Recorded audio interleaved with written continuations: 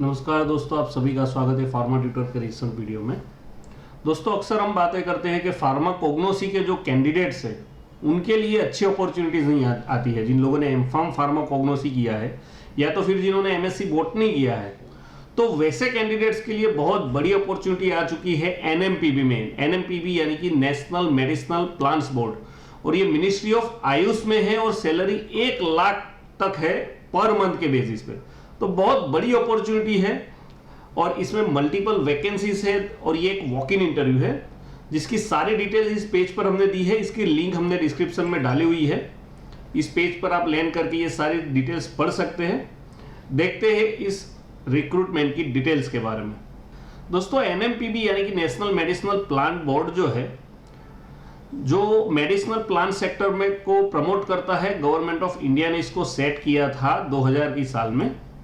Currently, the board is working under the Ministry of Ayush, government of India. Walk in interview है multiple positions के लिए जो यहाँ पर मेंशन कर दी गई है, जैसे कि senior programme manager, project consultant JFMCS, project consultant herbal garden. इसमें जो पहली पोस्ट है senior programme manager MPBC and integrated component. तो इसमें पीजी डिग्री चाहिए यानी कि मास्टर डिग्री चाहिए बॉटनी में या तो फिर फार्मा कोग्नोसी में या फार्मा आयुर्वेदा मेडिसिनल प्लांट्स, यानी कि जनरली एमफार्म इन फार्मा कोग्नोसी के कैंडिडेट्स अप्लाई कर सकते हैं। डिजायरेबल क्वालिफिकेशन है एमबीए और पीएचडी। अगर आपका एमबीए और पीएचडी है तो अच्छी बात है, मतलब ये मैंडेटरी नहीं है लेकिन अच्छी बात है अगर आपके पास एमबीए है और पीएचडी है। तो मिनिमम 15 साल का एक्सपीरियंस चाहिए कंसर्न फील्ड में, यानी कि फार्मा कोग्नोसी रिलेटेड जो फील्ड है उसमें आपको 15 साल का एक्सपीरियंस होना चाहिए। कंप्यूटर का एक्सपीरियंस होना चाहिए। उसके साथ साथ एज लिमिट जो है वो 35 से 60 ईयर्स है।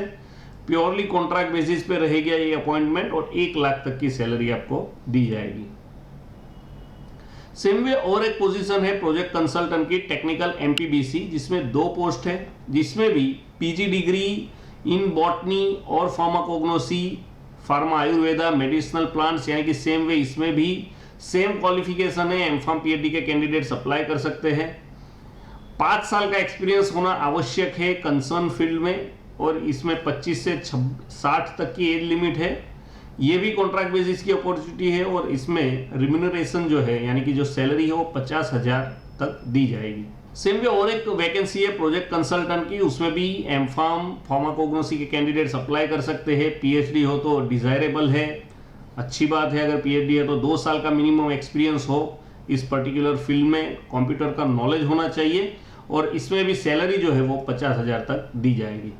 और जो लास्ट पोजीशन है हर्बल गार्डन की, तो जिसमें एमएससी के कैंडिडेट अप्लाई कर सकते हैं जिन्होंने टेक्सोनोमी या तो फिर मेडिसिनल प्लांट्स में जिन्होंने मास्टर्स किया हो, और पीएचडी हो तो वैसे कैंडिडेट डिजायरेबल है। इसमें भी 2 साल का हॉर्टिकल्चर और मेडिसिनल प्लांट्स रिलेटेड एक्सपीरियंस होना चाहिए। एज लिमिट जो है वो 45 से ज़्यादा नहीं होनी चाहिए और इसमें भी सैलरी 50,000 दी जाएगी। आपकी जो डिग्री है वो एआईसीटी, यूजीसी या फिर एनसीआईएसएम से अप्रूव्ड होनी चाहिए आपकी कॉलेज या यूनिवर्सिटी। तो ये एक बेसिक रिक्वायरमेंट है। तो ये तो इंडिया में हर एक वैकेंसी में होता है कि आपकी अगर यूनिवर्सिटी हो वो यूजीसी से अप्रूव्ड हो, अगर टेक्नोलॉजिकल इंस्टीट्यूट हो तो एआईसीटी से अप्रूव होना चाहिए, तभी वो मान्य कहा जाता है। Candidate should have excellent communication and interpersonal skills, knowledge of computer applications such as MS Word, MS Excel, PowerPoint etc. is essential. Interpersonal skills यानी कि कम्युनिकेशन स्किल्स तो ऑलरेडी उन्होंने मेंशन कर दिया, लेकिन उसके साथ साथ टीम वर्क कर सकना चाहिए कैंडिडेट्स।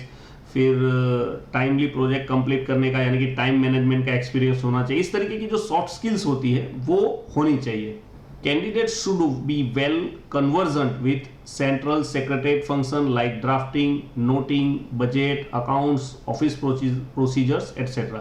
यानी कि ऑफिस रिलेटेड जो भी डॉक्यूमेंटेशन की प्रोसीजर हो, ड्राफ्टिंग की या बजटिंग की, तो ये उसको एक्सपीरियंस होना चाहिए या उसको नॉलेज होना चाहिए।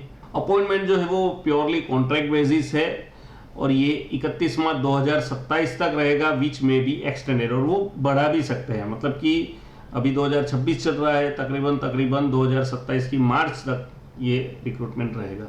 कोई कैंडिडेट्स इस अपॉर्चुनिटी में रेगुलर अपॉइंटमेंट के लिए कोई भी राइट्स नहीं रखता है। NMPB reserves right for rejection और एक्सेप्टेंस ऑफ द कैंडिडेट्स, यानी कि जो भी आपका सिलेक्शन होगा उसके सारे राइट्स जो है वो NMPB के पास रहेंगे। और उसके साथ साथ जिस दिन इंटरव्यू रहेगा उस दिन कैंडिडेट को एप्लीकेशन फॉर्म फिलअप करके और सारे डॉक्यूमेंट्स, क्वालिफिकेशन, एक्सपीरियंस के सर्टिफिकेट, जो भी सर्टिफिकेट्स है अलग अलग, उनकी कॉपी, उनकी फोटोकॉपी और ओरिजिनल दोनों साथ में लेकर जाना है। साथ में ID प्रूफ भी आपको लेकर जाना है। कोई आपको TA या DA अलाउ नहीं किया जाएगा, ठीक है। तो आपको आपके स्व खर्च से इंटरव्यू के लिए प्रेजेंट होना है। और ये जो वॉक इन इंटरव्यू रहेगा ये NMPB में ही रहेगा, ministry of Ayush, Indian red cross society, annex building, red cross road, new Delhi, ठीक है। तो यहाँ पर ये इंटरव्यू रहेगा और 21 मई 2026 आपकी इंटरव्यू की डेट रहेगी। 10 बजे का जो टाइम है वो रिपोर्टिंग टाइम है, तो उससे पहले आपको वहाँ पर हाजिर हो जाना है।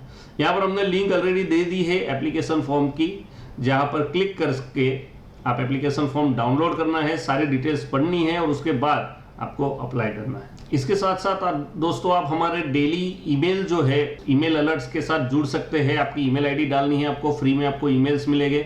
आप उसके साथ साथ हमारे व्हाट्सएप ग्रुप में भी ज्वाइन हो सकते हैं, जहाँ पर हम जो रिसेंट अपडेट्स होते हैं, जो daily day to day updates होते हैं वो वहाँ पर ऐड करते रहते हैं। और ये निःशुल्क सर्विसेज है, तो आप इससे जुड़ सकते हैं। अगर आपको आज का रिक्रूटमेंट पसंद आया हो, अगर आपके कोई फ्रेंड्स है जो फार्माकोग्नोसी में मास्टर्स कर रहे हैं या PhD है और वो इस तरीके की कुछ अपॉर्चुनिटी देख रहे हैं, तो प्लीज़ ये अपॉर्चुनिटी उनको फॉरवर्ड करिए। और अगर आपको कुछ नहीं समझ में आ रहा है या कोई डाउट है तो आप डेफिनेटली कमेंट में क्वेश्चन कर सकते हैं, हम उसको आंसर करेंगे। और प्लीज़ सब्सक्राइब करना मत भूलना और बेल आइकन दबाना मत भूलना। थैंक यू वेरी मच दोस्तों। जय Hind, Vande Mataram. To get latest updates in pharmacy, subscribe to Pharma Tutors YouTube channel. Click on bell icon and don't miss our videos.